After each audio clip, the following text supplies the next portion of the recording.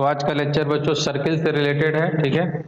Circle questions हम लोग देखेंगे आज जो है सर्किल से रिलेटेड क्वेश्चंस, इंपॉर्टेंट क्वेश्चन जो बेसिक फार्मूले होते हैं, ठीक है। जो सर्किल में आज हम लोग जो फार्मूले डिस्कशन करने वाले हैं, इसमें जो हम लोग ग्रेटेस्ट डिस्टेंस के बारे में देखेंगे, सर्किल के अंदर जो पॉइंट लाई करता है, सर्किल के अंदर जो पॉइंट लाई करता है, ठीक है। और इसमें जो है ग्रेटेस्ट डिस्टेंस कॉमन टेंजेंट से जो रिलेटेड मोस्ट इंपॉर्टेंट पॉइंट जो कॉमन टेंजेंट से जो रिलेटेड क्वेश्चन आते हैं, उस पर भी हम लोग डिस्कशन करने वाले हैं कि कॉमन टेंजेंट को हम लोग कैसे फाइंड आउट करेंगे कि हाउ मेनी कॉमन टेंजेंट्स, ठीक है। सेंटर पे जो एंगल बनता है किसी भी सर्किल के, जो कार्ड के द्वारा जो सेंटर पे एंगल बनता है, बार बार उस पे 2-3 क्वेश्चंस आते हैं। एरिया उसके थ्रू पूछ देगा बच्चों से, लोकस पूछ दिया जाएगा बच्चों से, ठीक है। जो सेंटर पे एंगल बनता है उसके थ्रू कार्ड का लेंथ पूछा जाएगा। तो ये सब पे क्वेश्चंस को हम लोग डिस्कशन करेंगे। अब सर्किल जो इंटरसेक्ट करता है, जो है एक्सिस को जो इंटरसेक्ट करता है, एक्स एक्सिस और वाई एक्सिस को जो उसका लेंथ होता है वो कैसे फाइंड आउट करते हैं, इसके बारे में देखेंगे, ठीक है। ये बेसिक जो क्वेश्चंस होंगे, जो फार्मूले पे होंगे, वो जरूर बच्चों को याद आने चाहिए, ठीक है। तो आज इंपॉर्टेंट लेक्चर रहेगा सर्किल पे, और इसमें पहला क्वेश्चन हम लोग देख रहे हैं बच्चों। फर्स्ट क्वेश्चन के बारे में अगर हम लोग देखें तो इसमें पहला ही क्वेश्चन आ गया आर्थोगोनल कंडीशन, आर्थोगोनल, ठीक है। आर्थोगोनल कंडीशन क्या होता है?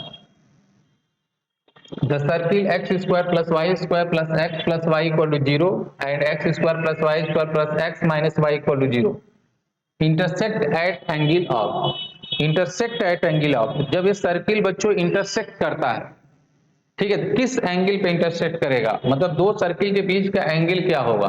तो सबसे पहला चीज है कि बच्चों को जब भी इस टाइप के क्वेश्चन आते हैं एंट्रेंस एग्जाम में, तो पहले दिमाग में बैठा लें कि इस टाइप के क्वेश्चन को लगाते समय हम लोग को क्या करना है। ऐसे क्वेश्चन को लगाते समय स्टूडेंट को बिल्कुल ध्यान देने की जरूरत है।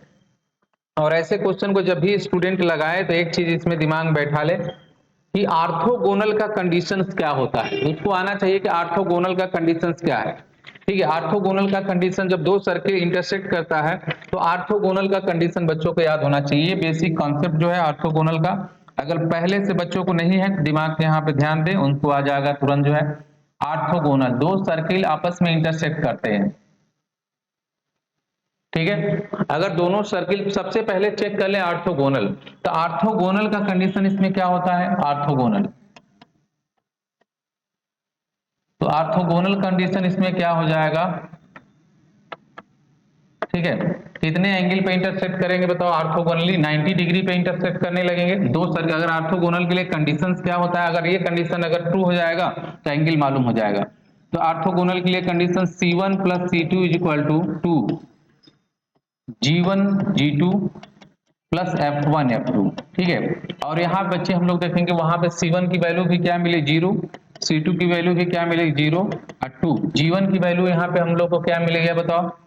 G1 की वैल्यू अगर यहाँ से हम लोग लाते हैं देखते हैं तो हमको मिलता है 1/2। और यहाँ पे G2 की वैल्यू अगर बच्चों हम लोग देखेंगे, यहाँ पे भी G2 की वैल्यू यहाँ से अगर देखेंगे तो क्या मिलेगा 1/2, ठीक है।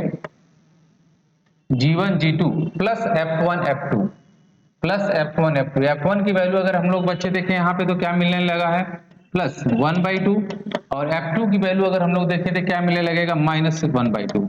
ये रिजल्ट फाइनल में हमको क्या मिलता है 0 इज इक्वल टू 0। मतलब ये कंडीशन जो है क्या हो जाता है बच्चों, ट्रू हो जाता है। जैसे ही एक कंडीशन ट्रू होगा तो इसका मतलब एक सर्किल दूसरे सर्किल को जो है आर्थोगोनली कट करेगा। कैसा कट करेगा, आर्थोगोनल। आर्थोगोनल मतलब 90 डिग्री पे क्या करेगा, एक सर्किल दूसरे सर्किल को 90 डिग्री पे कट करेगा। ध्यान देंगे बच्चे, एक सर्किल दूसरे सर्किल को कैसा कट करेगा 90 डिग्री पे।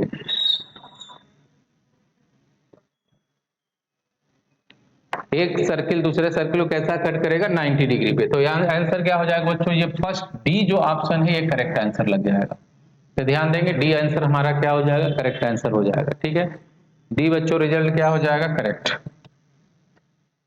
सेकेंड क्वेश्चन पे आते हैं हम लोग। The number of common tangent that can be draw two the circle, ठीक है। और number of common tangent that can be draw two the circle, ठीक है। दो सर्किल दिया हुआ है, कभी कभी क्या देता है एक सर्किल से पूछा जाता है और एक पॉइंट से कितने कॉमन टेंजेंट होंगे, ठीक है। लेकिन इसमें 2 सर्किल दे दिया है, तो दो सर्किल की क्या कंडीशन हो सकते हैं, उसमें 4 से 5 केसेस बताए जाते हैं, और बच्चों को केस अगर याद रहेगा पांचों तभी जाके क्वेश्चन लग पाएंगे। ठीक है, ये पहला क्या होता है, जब सर्किल दोनों आउटसाइड हो जाए। फिर एक क्या होता है, दोनों जब एक दूसरे को बाहर से टच करें। ठीक है, ये कंडीशन हो गया। और तीसरा कंडीशन क्या होता है बच्चों, यहाँ पे हम लोग देखेंगे जब एक सर्किल दूसरे सर्किल को अंदर से क्या करे, टच करे। ठीक है, तब एक चौथा कंडीशन क्या हो जाएगा, जब एक सर्किल दूसरे सर्किल को क्या करे, अंदर से टच ना करे। ठीक है, तो ये केसेस बच्चों को क्या करना होता है, ध्यान देना होता है। अब इसमें केस में क्या होता है कि अब इसमें सेंटर के बीच का डिस्टेंस, ग्रेटर देन हो जाए सम ऑफ रेडियस। ठीक है, तो ये हो जाएगा। अगर इसमें कंडीशन अगर हम लोग देखते हैं तो C1 C2 जो है किसके इक्वल टू हो जाए बताओ, ग्रेटर देन किससे हो जाए बताओ, R1 प्लस R2। ठीक है, अगर ऐसा कंडीशन हो जाता है, अगर ऐसा कंडीशन होता है तो इसमें कितने कॉमन टेंजेंट बनते हैं, 4 बनते हैं। अगर ऐसा बच्चों होता है तो कितने, 3 हो जाएंगे, क्योंकि ऐसे हो जाएगा, ऐसे हो जाएगा, ऐसे हो जाएगा, तीन कॉमन टेंजेंट बन जाएंगे। अगर ऐसा हो जाएगा तो एक कॉमन टेंजेंट बन जाएंगे। अगर ऐसा होगा तो एक भी रियल टर्म कॉमन टेंजेंट नहीं होंगे, no real common tangent, no real common tangent, एक भी रियल कॉमन टेंजेंट नहीं होंगे। ठीक है, तो इस कंडीशन को जरूर बच्चे ध्यान दें कि इसमें से कौन सा कंडीशन आएगा और उसको कैसे पहचानना है। अगर ऐसा कंडीशन आता है C1 C2 is equal to R1 plus R2, ये ऐसे हो जाता है। ठीक है, अगर ऐसा कंडीशन आ जाता है तो यहाँ पे क्या हो जाता है, C1 C2 is equal to R1 minus R2। ठीक है, अब यहाँ देख रहे हो डिस्टेंस जो है C1 C2 फिर ग्रेटर देन हो जाएगा R1 माइनस R2 से। ये कंडीशन जो है इसको ध्यान देना, लेस देन हो जाएगा, लेस देन हो जाएगा R1 माइनस R2 से, नो कॉमन रियल टेंजेंट। तो ये कॉमन टेंजेंट जो सबसे ज्यादा कम मिलता है जब हमारा इस तरह से कंडीशन इस तरह से। अगर ये कॉन्सेप्ट अगर याद है तो इस क्वेश्चन में अप्लाई कर सकते हैं बच्चे। ठीक है, अब इसमें सबसे पहले हमको क्या निकालना है, डिस्टेंस बिटवीन सेंटर, जिसके लिए हमको क्या फाइंड आउट करना है, यहाँ पे ये C1 C2 अगर हमको मिल जाएगा तो हमारा क्या मिल जाएगा, डिस्टेंस मिल जाएगा। ध्यान देना, C1 C2 सेंटर हमको मतलब मालूम होना चाहिए, सेंटर क्या है। एक सर्किल और दूसरे सर्किल का सेंटर कैसे निकालते हैं, इस सर्किल का अगर हम लोग सेंटर निकालने के लिए अगर चलेंगे तो इस सर्किल का सेंटर, पहले इसको हम लोग ध्यान दें। इस सर्किल में क्या हो जाएगा, 2G इज इक्वल टू कितना, 2G1 इक्वल टू -4, तो G1 इज इक्वल टू -2, और यहाँ पे 2F2, 2F1 is equal to -6, तो F1 इज इक्वल टू क्या बताओ, -3। तो यहाँ पे सेंटर अगर बात करें तो माइनस सेंटर -2 और -3, तो सेंटर क्या हो जाएगा, 2, 3, -G और -F हो जाता है। अगर इसकी हम यहाँ पे हम बात करें, हम लोग जो है 2G2 इज इक्वल टू बच्चों क्या हो जाएगा 2, तो G2 इज इक्वल टू क्या मिलने लगेगा 1। ठीक है, 2F2 इज इक्वल टू क्या हो जाएगा 2, F2 इज इक्वल टू क्या हो जाएगा 1। तो इस सेंटर जो है G2 और क्या हो जाएगा F2, यहाँ से अगर हम लोग बात करें तो ये हमारा कितना रिजल्ट आ जाता है, -1 और -1। ये सेंटर में, अब डिस्टेंस इसके बीच का निकाल लेते हैं, distance between centre C1 C2 is equal to हमको क्या मिलने लगेगा, 2 - 1 प्लस 1 का होल स्क्वायर प्लस 3 प्लस 1 का होल स्क्वायर इक्वल टू क्या मिलने लगा, 9 और प्लस कितना 16, क्या रिजल्ट आ गया, 5 आ गया। C1 C2 आ गया 5। ध्यान देना, C1 C2 क्या मिलने लगेगा, 5 मिलने लगेगा।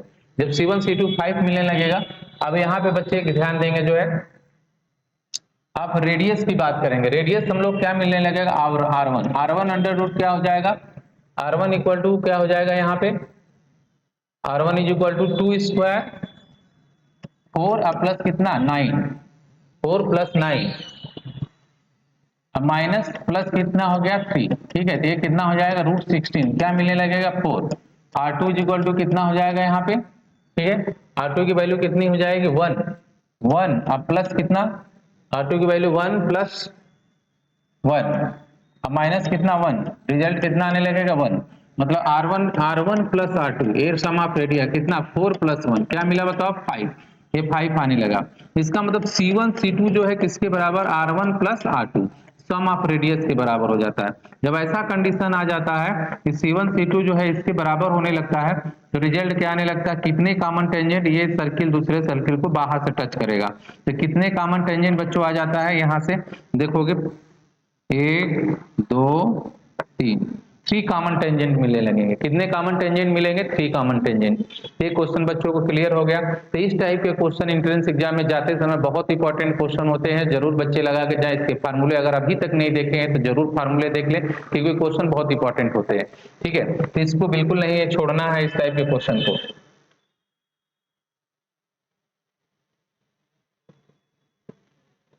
तो इस पे आते हैं, the equation, if the equation of given circle, if the equation of given circle, if the equation of given circle x square plus y square is equal to 36, the length of chord which lie along the line इतना, ठीक है। the length of chord, chord के बारे में, circle के बारे में बच्चों को मालूम है, कार्ड पूछा जा रहा है, लेंथ ऑफ chord, ठीक है। ये हमारा सर्किल है, ठीक है। अब सर्किल में जो है, सर्किल के क्वेश्चन दिया है, ये कार्ड है, लाइन ए कार्ड, ठीक है। कार्ड इसका लेंथ पूछा गया है, ए बी हम मान लेते हैं, तो ए बी इसका लाइन, इसका इक्वेशन दिया हुआ है लाइन का, इक्वेशन लाइन का हम लोग को गिवन है, और इक्वेशन क्या दिया हुआ है यहाँ बच्चे ध्यान दें, यहाँ पे इक्वेशन दिया हुआ है 3x plus 4y minus 15 equal to 0, minus 15, centre कितना दिया हुआ है हमको 0, 0, ओ यहाँ से यहाँ ये ऐसे लग जाएगा, ठीक है। अब सेंटर से इस पॉइंट का परपेंडिकुलर डिस्टेंस निकाल लेते हैं, यहाँ का, यहाँ पे d मान लेते हैं, ठीक है। अब सेंटर से परपेंडिकुलर डिस्टेंस निकालेंगे, इसका रेडियस कितना हो जाएगा बच्चे ध्यान दें, सर्किल का इक्वेशन दिया हुआ है, यहाँ 6 स्क्वायर कर लेते हैं, तो इसका रेडियस हमको मालूम हो जाता है, रेडियस कितना मालूम हो जाएगा 6, ठीक है। परपेंडिकुलर डिस्टेंस निकालेंगे तो यहाँ पे कितना मालूम हो जाएगा हमको, OD is equal to 0, 0 minus 15 upon mod under root 9 plus कितना 16, ये कितना मिलने लगेगा 15 अपान कितना 9 प्लस 16 25 ये क्या है 5 आ गया, ये कितना आ गया 3 आ जाएगा। ये बच्चों जो है हमको परपेंडिकुलर अगर डिस्टेंस की बात करें तो हम लोग कितना मिल गया 3 मिल गया, ये डिस्टेंस हमको 3 मिल गया। अब ये कार्ड का लेंथ क्या होता है बच्चों को मालूम है, कार्ड का बच्चों लेंथ, ये लेंथ जो है हमारा कार्ड का लेंथ है, इसका दोनों इक्वल पार्ट होता है, इसका मतलब OD बराबर अगर हमको मालूम हो जाएगा, AD बराबर, तो AD अगर मालूम हो जाएगा तो काम बन जाएगा, क्योंकि AD यहाँ पे क्या होता है, ये कॉन्सेप्ट ध्यान देंगे, ठीक है। कंसेप्ट यहाँ पे क्या होता है, AB is equal to 2AD, AB is equal to 2AD, 2AD, तो AD की वैल्यू कितना आ जाएगी 36 और माइनस कितना 9, ठीक है, कितना आ जाएगा 2 अंडर रूट 36 27, कितना मिला 2 3 कितना मिल गया 6 रूट 3, तो AB इज इक्वल टू क्या मिल गया 6 रूट 3, ये हमारा final result, AB is equal to क्या आ गया 6 रूट 3, ये हमारा करेक्ट रिजल्ट आ जाएगा। इसको बच्चे ध्यान देंगे, ऐसे क्वेश्चन को जरूर एंट्रेंस एग्जाम में लगाएं, क्योंकि क्वेश्चन बहुत इंपॉर्टेंट क्वेश्चन होते हैं, ठीक है। इस टाइप के क्वेश्चन बिल्कुल नहीं छूटना चाहिए एग्जाम में जाने से पहले। अब नेक्स्ट क्वेश्चन पे आते हैं, the coordinate of middle point of chord of middle point cut off by इतना ऑन द सर्किल इतना, ठीक है। अब इस यहाँ बच्चे ध्यान दें, कभी कभी क्या होता है एंट्रेंस एग्जाम में क्वेश्चन बहुत आसान आ जाता है, ठीक है। जैसे ये क्वेश्चन बहुत आसान आ गया था, ये पहचानना चाहिए क्वेश्चन लगाते समय कैसे, मतलब ये आसान क्वेश्चन है, ये सर्किल दिया हुआ है, ठीक है, कार्ड दिया हुआ है, ठीक है, ये कार्ड PQ मान लेते हैं, अगर PQ दिया हुआ है, इस PQ का इक्वेशन तुमको दिया हुआ है 2x minus 5y plus 18 equal to 0, ध्यान देंगे बच्चे, कार्ड का मिडिल पॉइंट पूछा गया है। कभी कभी क्या होता है, मैं बोल रहा हूं आसान, कभी कभी आसान क्वेश्चन, कैसे मैं बोल रहा हूं कि आसान क्वेश्चन हो जाता है, ध्यान देंगे, इस चीज को बहुत अच्छे से सीख लेंगे।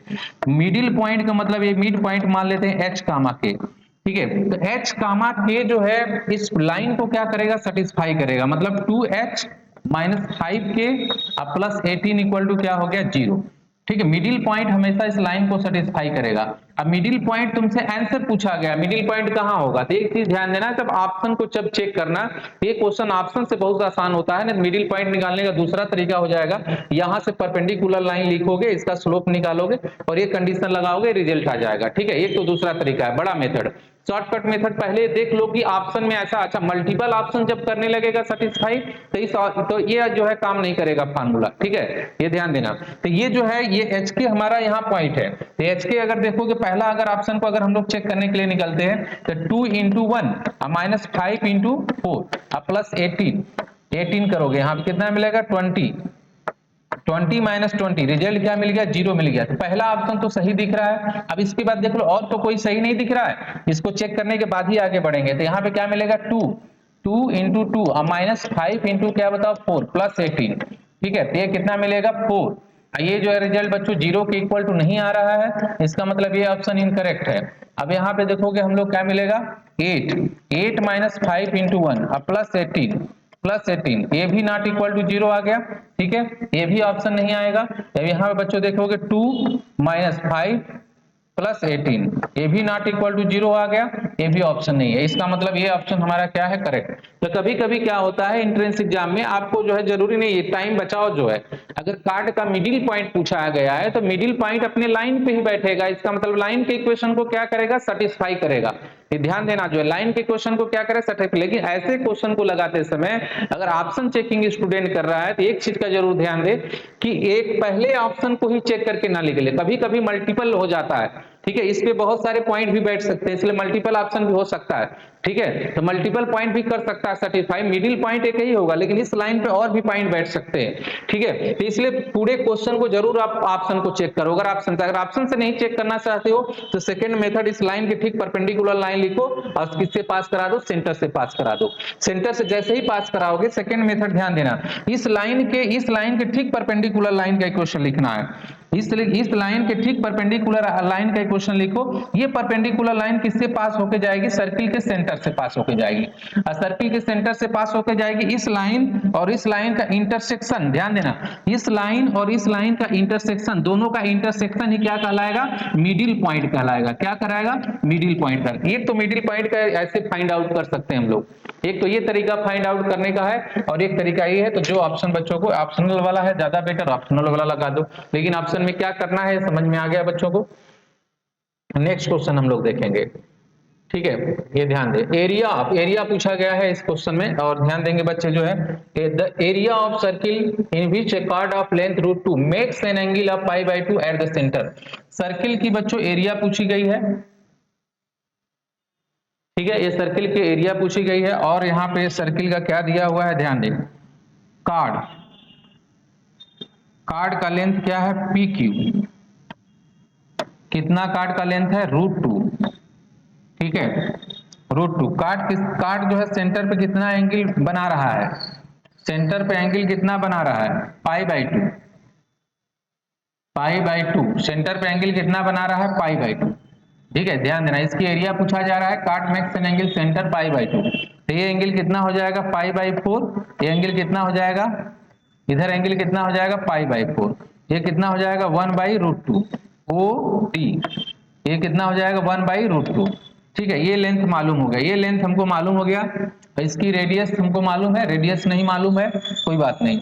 अब इसका फार्मूला लगा देते हैं। अब देखो ये 45 डिग्री एंगल मालूम हो गया हमको, 45 डिग्री एंगल मालूम, ये बेस मालूम, ये रेडियस को मान लेते हैं यार, तो फार्मूला क्या निकलेगा, cos 45 equal to base upon 1/√2 upon r, मतलब क्या निकल गया, 1/√2 r, तो ये 1 कितना, √2 आ गया, यहां से क्या कैंसिल, r बराबर क्या मिल गया, 1, ये रेडियस की वैल्यू कितनी आ गई, 1, ये रेडियस की वैल्यू बच्चों अगर 1 आ जाती है तब यहाँ पे क्या करने वाले हम लोग, ये ध्यान देना, जैसे ही रेडियस तुम्हारा 1 आ जाएगा तो πr², सर्किल की एरिया क्या होती है, πr², मतलब π×1 कितना रिजल्ट मिलने लगेगा, पाई, मतलब ऑप्शन सी क्या हो जाएगा, करेक्ट हो जाएगा, ध्यान देना, ऑप्शन सी क्या हो जाएगा, करेक्ट।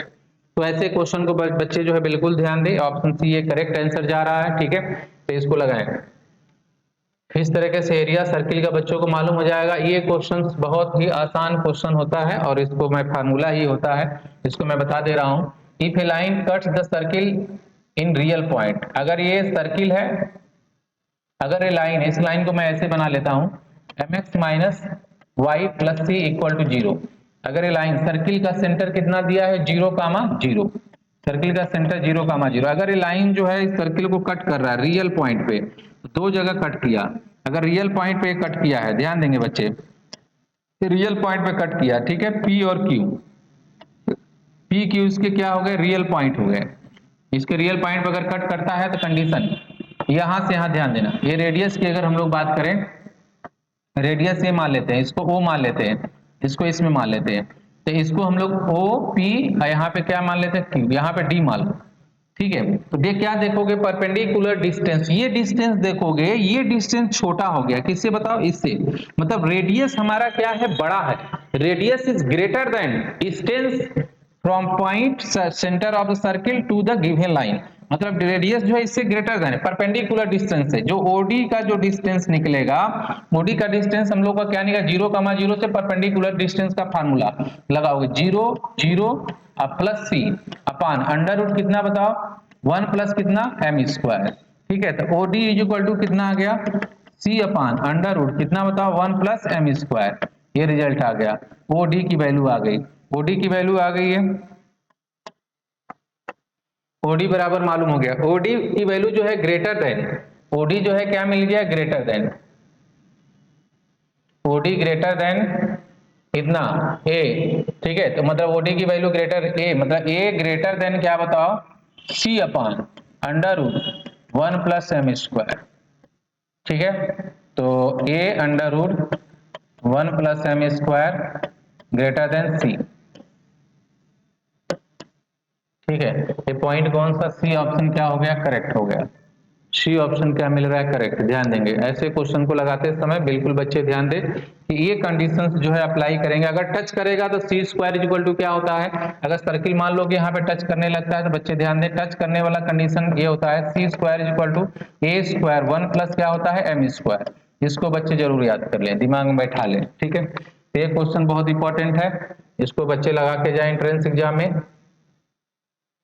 ये फार्मूला बच्चों इस पे, the circle X square Y square plus 4x minus 7y plus 12 equal to 0, ठीक, cut and intercept on Y axis of length. अच्छा, ये सर्किल जो है वाई एक्सिस पे इंटरसेप्ट करता है, जो वाई एक्सिस पे इंटरसेप्ट करता है तो बच्चों को ध्यान देना चाहिए, जब वाई एक्सिस पे इंटरसेप्ट करता है, ठीक है, तो इसका इंटरसेप्ट क्या होता है, फार्मूला क्या है इंटरसेप्ट फॉर्म का, हम लोग सीखे हैं। ठीक है, एक्स इंटरसेप्ट और वाई इंटरसेप्ट दोनों बच्चों को बताया गया है फार्मूला। अगर इस तरह से सर्किल जाता है और इंटरसेप्ट करता है, ठीक है, इसको ओ मानते हैं, इसको पी मानते हैं, इसको क्यू मानते हैं, तो ओपी बराबर क्या हो जाएगा, Y intercept, Y intercept, Y intercept, Y intercept बराबर क्या हो जाएगा, 2 अंडर रूट कितना एफ स्क्वायर माइनस सी, तो ओपी बराबर क्या हो जाएगा यहाँ पे 2 under root F square minus C. ये ध्यान देंगे। ठीक है, ओपी और ओ क्यू बराबर क्या हो जाएगा, ओ क्यू बराबर 2 अंडर रूट क्या हो जाएगा, जी स्क्वायर माइनस सी, जी स्क्वायर माइनस सी। दो फार्मूले बिल्कुल बच्चे याद रखेंगे, लेकिन हमको चाहिए वाई इंटरसेप्ट पूछा गया है, सिर्फ वाई इंटरसेप्ट पूछा गया है, इसलिए वाई वाला फार्मूला ही लगाते हैं। तो वाई वाला फार्मूला अगर मतलब इस फार्मूले को अप्लाई करते हैं, तो इस फार्मूले को अप्लाई करेंगे तो एफ स्क्वायर माइनस सी, इसका मतलब 7/2 यहाँ से आ जाएगा, 7/2 का स्क्वायर और माइनस सी। तो यहाँ पे बच्चों हमको रिजल्ट क्या मिलने वाला है, ध्यान दें। अब यहाँ पे वाई वो पी इज इक्वल टू हमको अगर देखना है तो 2 under root F square, F square का मतलब क्या आ जाएगा 49/4 F square minus C minus 12। ठीक है, तो क्या मिला 2 अंडर रूट कितना 49 माइनस 48, ठीक है, अपान कितना 4। ठीक है, तो क्या मिलेगा 2 अंडर रूट 1/4, 2 इंटू 2 क्या मिला बताओ 1। ये रिजल्ट क्या आने लगा, 1 आने लगा, मतलब ये इंटरसेप्ट क्या हो जाएगा बच्चों, 1 हो जाएगा। 1 आंसर क्या हो गया, करेक्ट। 1 आंसर क्या मिलने लगेगा, करेक्ट। ठीक है,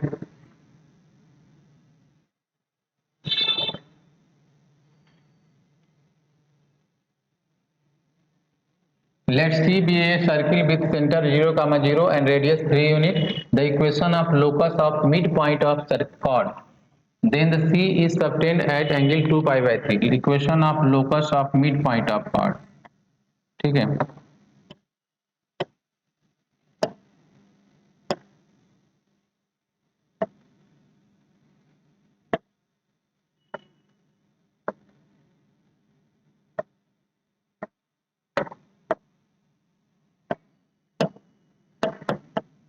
mid point of card, mid ये कार्ड है, ठीक है, ये सर्किल जो है कितना एंगल बनाएगा, π/3 दिख रहा है बच्चों को। थोड़ा एक मिनट फिगर क्लियर बना देते हैं यहाँ पे।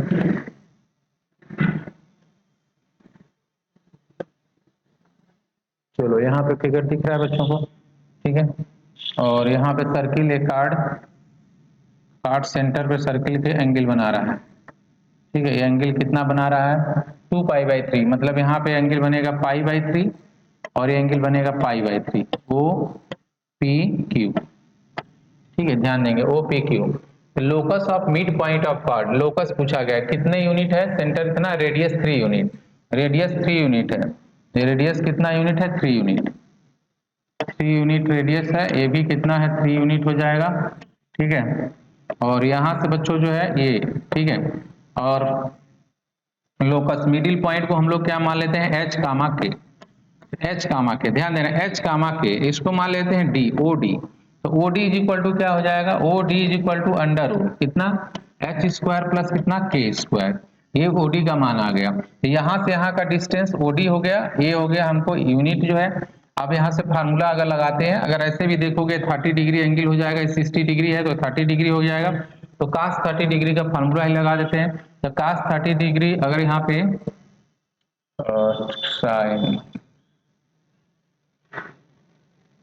Sorry sine 30 degree, sine 30 degree का फार्मूला यहाँ से हम लोग लगाएंगे, तो यहाँ से क्या मिलने वाला हम लोग को, साइन 30 डिग्री इक्वल टू, बच्चे याद रखें, साइन 30 डिग्री इक्वल टू क्या होता है, परपेंडिकुलर अपान कितना, हाइपोटेनस। परपेंडिकुलर हमको दिया हुआ है कितना, under root H square plus कितना, के स्क्वायर अपान हाइपोटेनस कितना दिया हुआ है, 3, ठीक है। ये क्या मिलेगा, 1/√2, मतलब 1 बाई, ये हमको मिल गया बच्चों 1/2, 1/2 अंडर रूट कितना, एच स्क्वायर प्लस कितना, के स्क्वायर अपान कितना, 3, तो क्या मिला 1/4 under root H square plus K square upon 3। तो फार्मूला क्या मिलने लगा यहाँ पे, H square plus K square equal to 3/4, 3/4, यहाँ पे एक, अच्छा स्क्वायर कर दिए, यहाँ 9 हो जाएगा, सॉरी ये 9, यहाँ पे 9 कर लेना, ये 9 कर लेना, यहाँ पे गलत हो जाएगा आंसर, यहाँ पे 9 बच्चे कर लेंगे,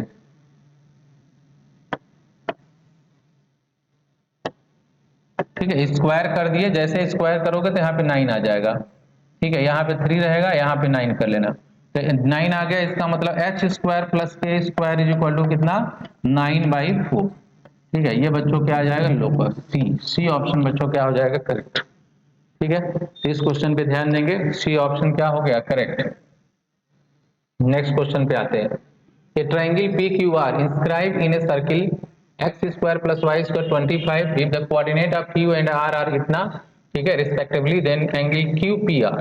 देखो एक ट्रायंगल जो है, ट्रायंगल इंस्क्राइब कर रहा है सर्किल के अंदर, ना कि सर्किल, सर्किल जो है ट्रायंगल के अंदर बैठा नहीं है, ठीक है, ये ध्यान देना, सर्किल के अंदर क्या बैठा है, ट्रायंगल बैठा है, ठीक है। तो इस चीज को जो है ध्यान देना है, ट्रायंगल बैठा है सर्किल के अंदर इंस्क्राइब, तो पहले ये चीजें बच्चे ध्यान दें। तो अब इसमें हमने क्या किया, क्वेश्चन लगाते समय बच्चे एक ट्रायंगल बना लेंगे, ट्रायंगल जो है इस तरीके से ट्रायंगल बनाएंगे हम लोग, ठीक है, क्यू आर, और क्या मान लेंगे इसको पी, ये क्या हो जाएगा 3,4, ये क्या हो जाएगा -4,3, ठीक है। अब यहां आप ध्यान देंगे, रेडियस दिया हुआ है, रेडियस, तो रेडियस हम लोग को क्या है, यहां से 5, यहां से 5, ठीक है, और ये देखेंगे ये 5 और 5, ये देखो अब यहाँ पे देखना है ये कितना P Q R is equal to कितना आ रहा है, Q R is equal to under root कितना, 3 + 4 का होल स्क्वायर प्लस 4 - 3 का होल स्क्वायर, तो ये कितना आ जाएगा बताओ, 49 प्लस कितना 1, Q R is equal to, Q R is equal to कितना मिल गया बताओ, 5√2, 5√2, ये 5√2 आ गया, क्यू आर की वैल्यू क्या आ गई, 5√2, 5√2 वैल्यू आ गई क्यू आर। आप देख रहे हो कि इसका स्क्वायर प्लस इसका स्क्वायर इज इक्वल टू 5√2 आ गया, ठीक है, इसका स्क्वायर प्लस इसका square,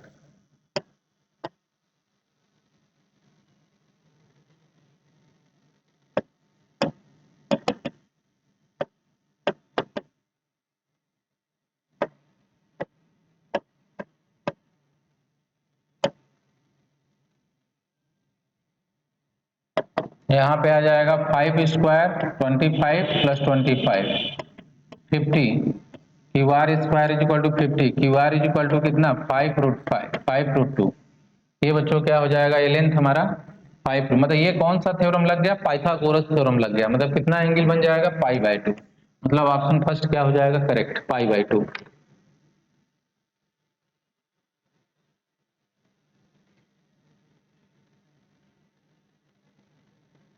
5/2 the greatest distance of a point 7, 10, 7 from the circle इतना एज ग्रेटेस्ट डिस्टेंस। अब देखो ये क्वेश्चन को लगाते समय जब ग्रेटेस्ट डिस्टेंस के पूछे, जब मिनिमम डिस्टेंस पूछे, ऐसे क्वेश्चन को लगाते समय पहला चीज स्टूडेंट ध्यान दे कि इस पॉइंट सर्किल के अंदर लाई करता है कि बाहर लाई करता है, पहले ये कॉन्सेप्ट सीख ले। मतलब S1 ग्रेटर देन 0 के लिए अगर ये इसको चेक करना है कि अंदर बाहर, तो मैंने क्या कॉन्सेप्ट पढ़ा दिया है बच्चों को कि अगर इसको मैंने सर्किल को S मान लिया तो S1 ग्रेटर देन 0, इसका मतलब पॉइंट कहां पे लाई करेगा, आउटसाइड द सर्किल। ठीक है, ठीक है। अगर S1 इक्वल टू 0 तो इसका मतलब on the circle, S1 less than 0 तो इसका मतलब बच्चों क्या हो जाएगा, inside the circle, inside the circle. अब ये देखना है कि इसमें से कौन सा केस पहले आता है। अगर सर्किल के अंदर बाहर लाई करता है तो उसके लिए हम लोग कैसे लगाएंगे अभी बताते हैं। पहले देख चेक कर लेते हैं क्या आता है। S1 की अगर वैल्यू निकालते हैं, यहाँ पे कैलकुलेट करते हैं तो 100 आ जाता है, यहाँ पे 49 आ जाएगा, यहाँ पे बच्चों 40 आ जाएगा, यहाँ पे 14 आ जाएगा, यहाँ पे 20 आ जाएगा। अब इसको देख रहे हो कि S1 हमेशा ग्रेटर देन क्या मिल रहा है, 0 मिल रहा है। मतलब S1 क्या मिल गया, ग्रेटर देन 0।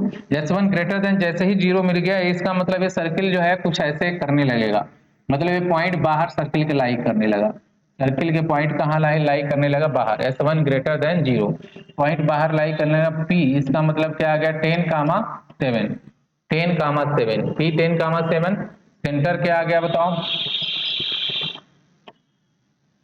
सेंटर क्या आ जाएगा यहाँ पे 2, 1 सेंटर 2, 1 सेंटर 2, 1 ओपी बराबर ओपी, और ये जो है डिस्टेंस ओपी और रेडियस हमको क्या, ओपी की पहले वैल्यू निकाल लेते हैं। OP is equal to under root कितना मालूम हो जाएगा, 10 - 2 मतलब 64 प्लस 36 कितना मालूम हो गया बताओ, 100, और 100 बच्चों आ जाता है कितना आ गया, 10। ओपी इज इक्वल टू कितना मिल गया, 10 मिल गया।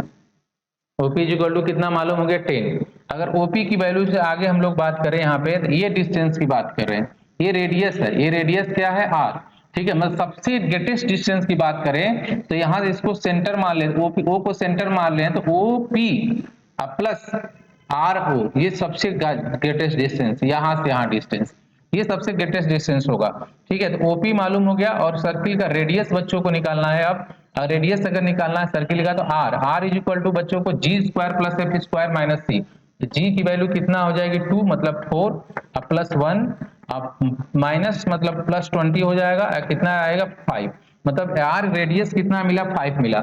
मतलब यहाँ से यहाँ डिस्टेंस अगर बच्चों अगर हम लोग देखें तो यहाँ से यहाँ डिस्टेंस हमको क्या मिला हुआ है, 10, ये डिस्टेंस मिला हुआ है 5। तो टोटल डिस्टेंस की बात करेंगे तो हमको क्या मिलेगा, 10 + 5 कितना मिल गया, 15। मतलब ग्रेटेस्ट डिस्टेंस क्या होगा, 15 हो जाएगा। ग्रेटेस्ट डिस्टेंस 15 होने का मतलब क्या हो गया, कौन सा ऑप्शन बच्चों, बी ऑप्शन क्या हो जाएगा, करेक्ट हो जाएगा। ये जो है क्वेश्चन, जितने भी क्वेश्चंस कराए हैं मोस्ट इंपॉर्टेंट क्वेश्चन है बच्चों के लिए, और हर हर क्वेश्चन अलग अलग फार्मूले पे था, इसलिए जरूर इस क्वेश्चन का, ऐसे टाइप के क्वेश्चन को जरूर प्रैक्टिस करके जाए, एंट्रेंस एग्जाम में आपको जरूर मिलेगा इस टाइप के क्वेश्चन, इस फार्मूले पे क्वेश्चन मिल सकता है। ठीक है, तो ये लेक्चर इतना ही रहेगा, थैंक यू।